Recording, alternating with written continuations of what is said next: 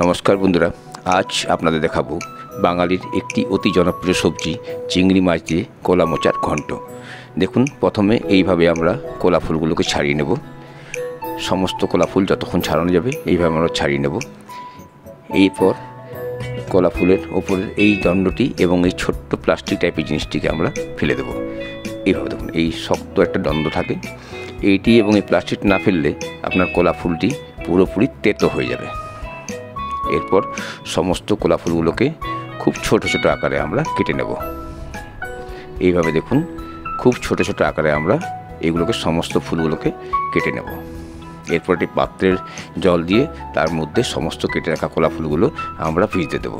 3-4 বার আমরা ধুয়ে নেব। আর যে ফুলগুলো আমরা ছাড়িয়ে উঠতে পারিনি সেগুলোকে আমরা একটি চাকুর সাহায্যে বা চোপার সাহায্যে ছোট ছোট করে কুচিয়ে নেব। দেখুন, এইভাবে আমরা যেগুলো ছাড়াই উঠতে পারিনি সেগুলোকে কুচিয়ে নেব। আমরা একটি পেস্ট তৈরি করে নেব।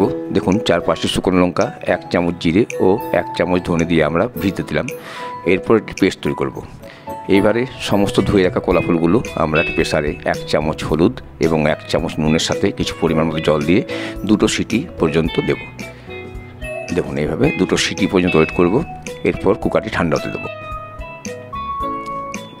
এইবার চিংড়ি মাছগুলোতে পরিমাণ মতো নুন এবং একটু হলুদ দিয়ে মাখিয়ে নেব এবং কিছুক্ষণ রেস্ট করতে দেব।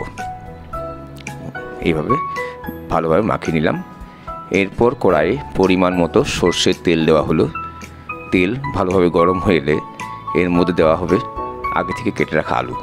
এই আলুগুলোকে খুব সুন্দর করে লাল লাল করে ভেজে নেব। দেখুন, এইভাবে যত্ন করে খুব সুন্দরভাবে লাল লাল করে আলুগুলো ভেজে আমরা তুলে নিলাম। চিংড়ি মাছগুলোকে খুব হালকা করে ভেজে নেব, বেশি ভাজবেন না। চিংড়ি মাছ বেশি ভাজা হলে মাছের স্বাদ খারাপ হয়ে যায় এবং মাছ শক্ত হয়ে যায়। মাছগুলোকে তুলে নিচ্ছি। এরপর ওই তেলেই আমরা ফোড়ন হিসাবে দিচ্ছি 2টো তেজপাতা, 2টো শুকনো লঙ্কা ও 1 চামচ গোটা জিরে। ফোড়ন থেকে সুগন্ধ ছাড়লে এর মধ্যে যাবে আদা বাটা। এই আদা বাটা দিয়ে কিছুক্ষণ কষিয়ে নেব।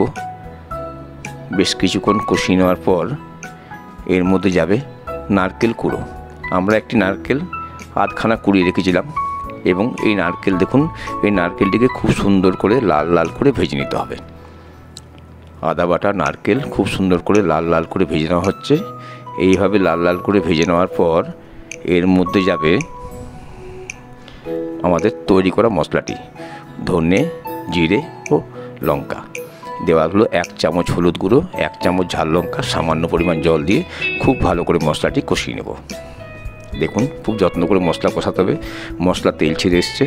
এর মধ্যে দেওয়া হচ্ছে 1 চামচ নুন ও 1 চামচ চিনি। এই নুন আপনারা স্বাদ মতো দেবেন এবং চিনি যারা খেতে চান না তারা দেবেন না।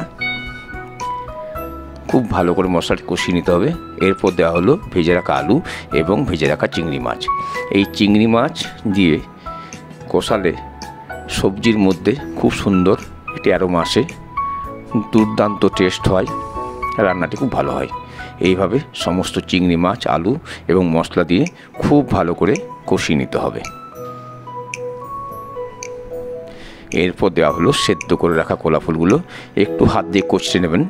এইবার পুরো মশলাটি, চিংড়ি মাছ, আলু সমস্ত কিছু খুব যত্ন করে একটু ধীরে ধীরে মিডিয়াম টু লো আঁচে কষিয়ে নিন। খুব ভালো করে কষিয়ে নেব।